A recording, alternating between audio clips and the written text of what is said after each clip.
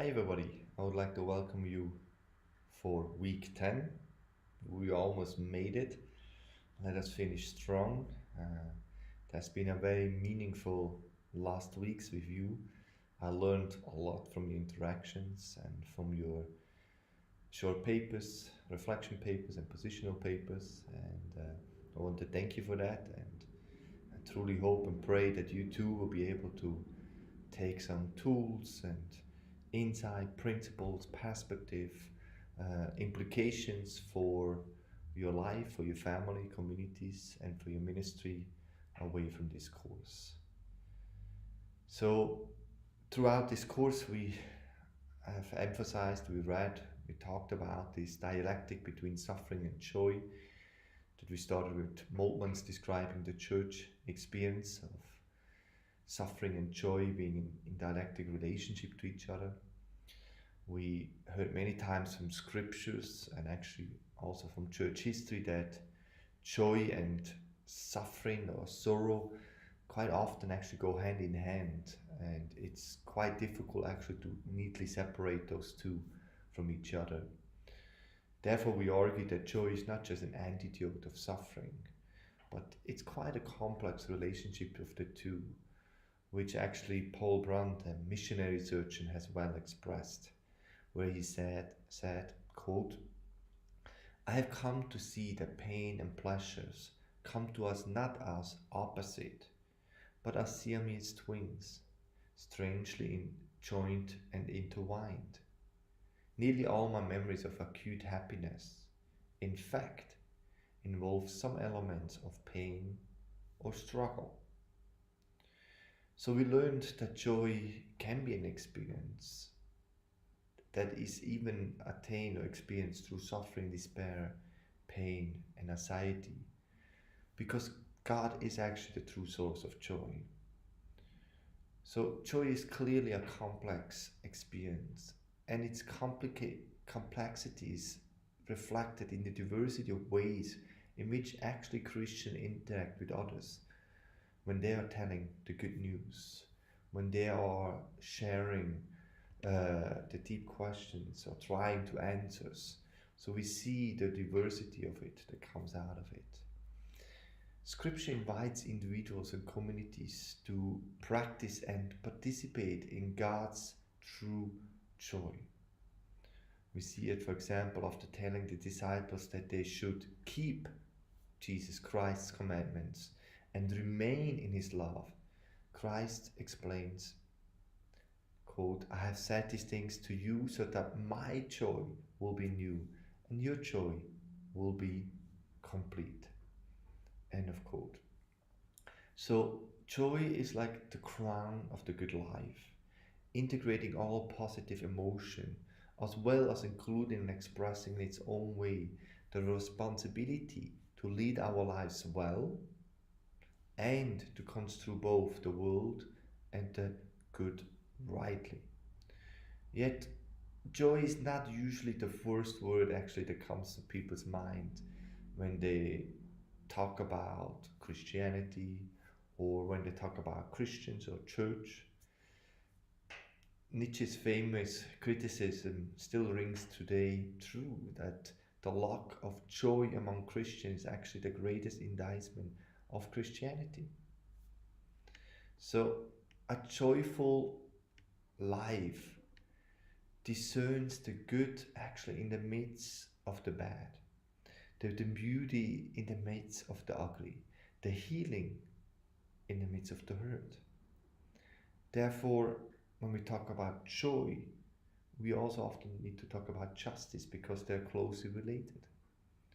The worst one actually can do is to attempt to justify suffering. Emmanuel Levinas notes, quote, "The justification of the suffering of the other is the source of all immorality." End of quote. At the same time, we learned from week 6 that it is not only justification that is crucial for those who suffer, but also inquiry into suffering, into the pain, into the despair. It's an inquiring to God. It's lamenting to God. just as we have actually seen in the life of Job. So without my yes to God, I will definitely give up the other to death or in death. So it is through the speech from and to God that actually hope and meaning are created, which protects against indifference and amnesia. So we learn that Christian tradition does not advocate that one unified view of suffering or evil, but reveals that there are many different views and that many different perspective looks at that one topic. Clearly, we learned that we need to avoid any inclination to be quick in our answers, especially giving those universal answers. The Bible, as well as the life and teaching of Christ, provides a wealth of resources for understanding suffering and evil and advocating that multidimensional approach when we encounter suffering and evil.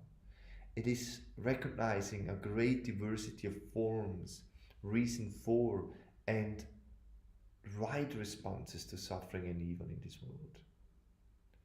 We learn from Richard Rice that when we start formulating our own theodicies, that we need to keep those two questions in mind. The first one, what kind of a world did God create? And what kind of a God created the world? We learned from Rice when he developed his own theodicies, his four statements that are true. God is Lord and God is love. Suffering is real and suffering is wrong.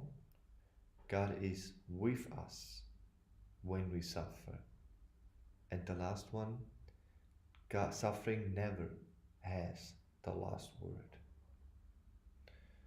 We learned in this course that a very meaningful response to suffering and evil is that we resist it and that we actually nurture faith communities that are able to absorb suffering and evil in this world.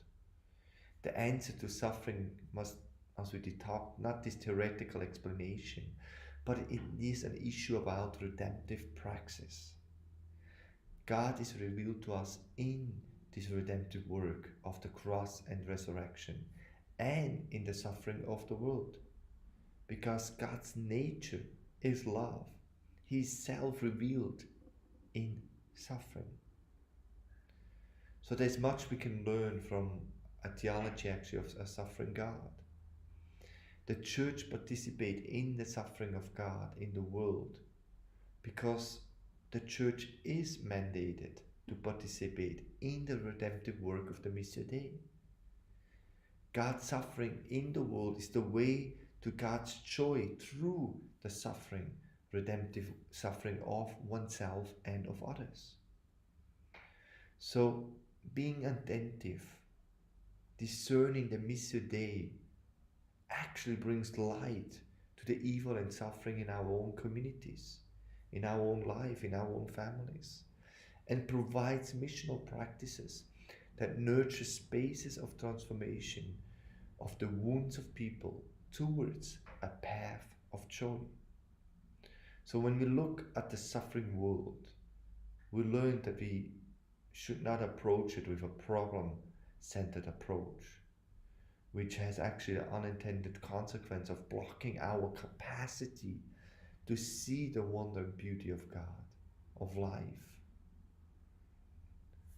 We learn from Henry Nouwen, where he stated, for anyone, quote, for anyone who has the courage to enter our human sorrow deeply, there is a revelation of joy, hidden like precious stones in the wall of a dark cave.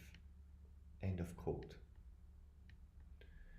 Nouwen often wrote and talked about praising God in the midst of suffering, where he suggested that sorrow and joy, just like life and death, are not two separated experiences.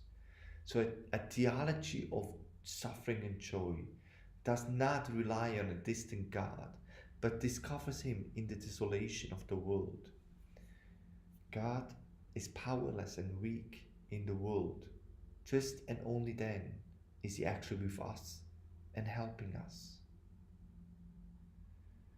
it is quite clear that Christ does not help by virtue of his omnipotence, but by his weakness and his suffering. And here lies actually the difference to other religions. Religions points humans in their distress to the power of God in the world. The Bible points people to the weakness and to the suffering of God. Christians' existence is radically different from other religions' view of God. It's not the religious act that makes somebody a Christian, but it's in the participation in the sadness of God in the worldly life. This is the metanoia, not taking first of our own needs and questions and sins and fears, but being carried along the way of Jesus. Evil, suffering, injustice, and oppression attempt to devoid the joy in our world. But it's as we learn from Psalm 16:11, where he says, "You showed me the path of life. In your presence there's fullness of joy. In your hand are pleasures evermore." End of quote.